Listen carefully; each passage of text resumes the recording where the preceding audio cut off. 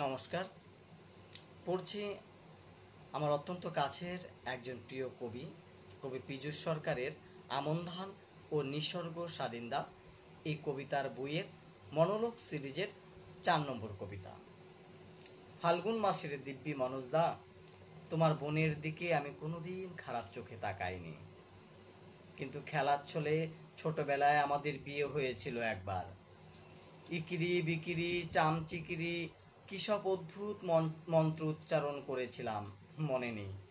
কলার ঢোঙ্গলের ঢাক, সটি পাতার সানাই আর মুখে আঙ্গুল নাড়িয়ে উলুধ্বনির ভিতর দিয়ে একটা তমাল গাছের ছায়ায় উঠেছিলাম আমরা। তখন শুধু ফুল ছিল, সজ্জা ছিল না, সার ছিল, সং ছিল না।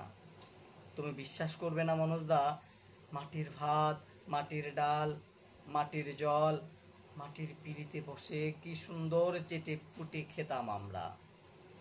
ঢেকুর তুলতাম পড়ে তৃপ্তি। কাল্পনিক পান বানিয়ে দিত নতুন বউ। চিবোতে চিবোতে কত সিরিয়াস বিষয় উঠে আসতো বিকেলের রোদে। তারপর তারপর একদিন কাকিমা দেখে ফেললেন সব। কান ধরে মুন্নিকে নিয়ে গেলেন বাড়ি। অতটুকু মেয়েকে শরীর বোঝালেন, মাসিক বোঝালেন, পুরুষ বোঝালেন, আর আসেনি মুন্নি। তখন থেকেই একা একা খেলা, একার সাথে প্রেম। তোমার বোন আমারও বোন বুঝি, কিন্তু ও যেভাবে তাকায়, দূর থেকে লাউ ডগা সাপ ছুঁড়ে দেয় গলায়, আমার ভয় করে।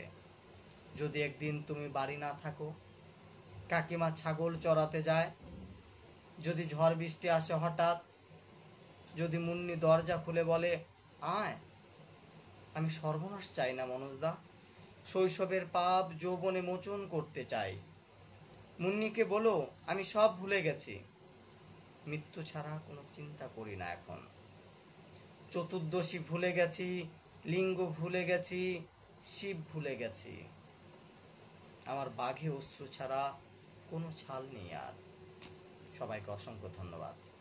নমস্কার।